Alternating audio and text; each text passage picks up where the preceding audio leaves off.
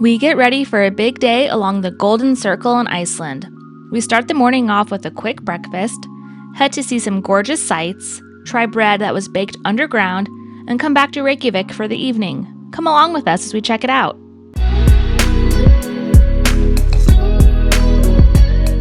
I've seen Braud and Co on several vlogs, so I knew I wanted to go there. It was fairly close to our hotel, which was convenient too, since we were able to stop here first thing before heading off for the day. This building is so fun and colorful, and inside was absolutely adorable. This was the caramel nut roll, and it was a perfect balance of sweet and nutty. Our first stop on our Golden Circle route was Thingvellir National Park. It was established in 1930 and is one of the most visited sites in Iceland. It was accepted as a UNESCO World Heritage Site in 2004. This is Laugarvatn, and it was stunning. The blue of the water was such a pretty shade, and the spray coming from the falls wasn't too cold. We walked around a bit since there's a lot of walking trails and things to explore. The beauty of Iceland is truly breathtaking, and we spent a lot of time just soaking it all in. You could easily spend a couple hours here with everything there is to see and do.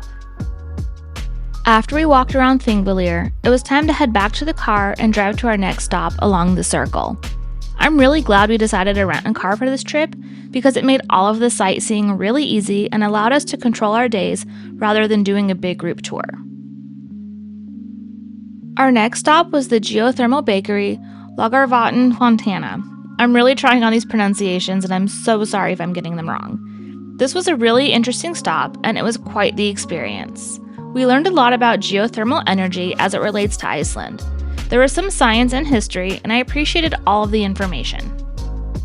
I've never seen water boiling straight from the ground before, so it was quite the sight to see. The water is so hot that it warms the ground, and they bake bread underground for 24 hours. They make the bread following an old recipe, and they even share that recipe with you too, which was a nice touch. You can even take a recipe card to take home. We got to touch the fresh soil that was surrounding the pot of bread, and it was very warm. There was a sulfuric smell in the air because of the geothermal energy, but it wasn't unpleasant or too strong. It was noticeable enough, but it didn't distract from the experience. This tour is done twice a day, and I think 3 times during the summer, but it's definitely something you'll want to make sure you reserve because spaces can fill up, and it's just easier to know that you have a guaranteed spot. Once inside, it was the moment of truth to see if the bread had fully baked all the way through.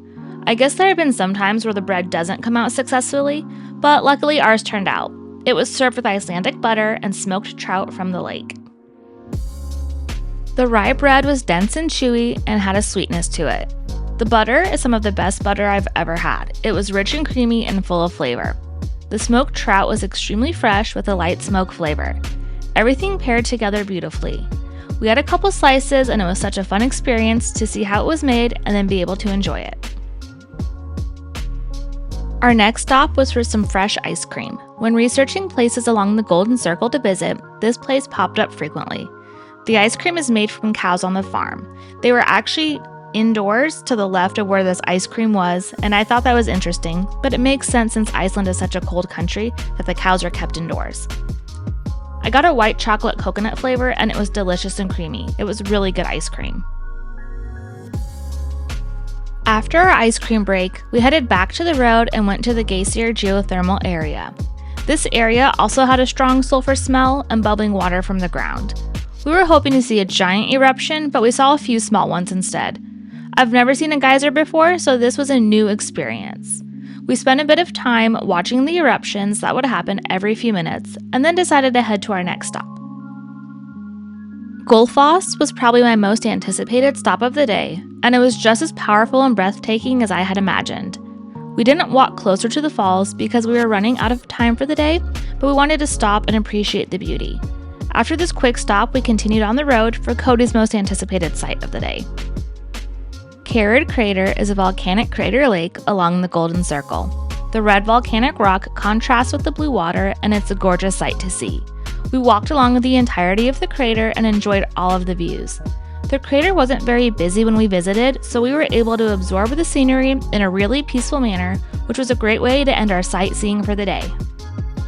We had dinner at a seafood grill. I'll put the name in the description because I cannot pronounce this one after several failed attempts. but it'll be in the timestamp. We went here because when we were on our food tour, we asked our host for suggestions, and he said the langoustine tacos here were phenomenal. At the recommendation of our server, I got the pan-fried salted cod with mozzarella, couscous, tomato, basil, and chorizo. This was my favorite meal of the entire trip. It was so unique and unlike anything I've had before. Cody got the langoustine tacos and loved them. He said it was one of the best things he's had in a long time. As we were walking back to our hotel, we passed the Lebowski Bar and decided to stop in for some drinks. I love the movie The Big Lebowski, and the theming in this bar is perfect. It feels like such a random thing to be in Iceland, but I think it's worth visiting, especially if you've seen the movie. Their menu is full of a variety of different White Russians, which is so appropriate for the theme. I remember when I first watched The Big Lebowski, I had never had a White Russian, but I knew I wanted to try one.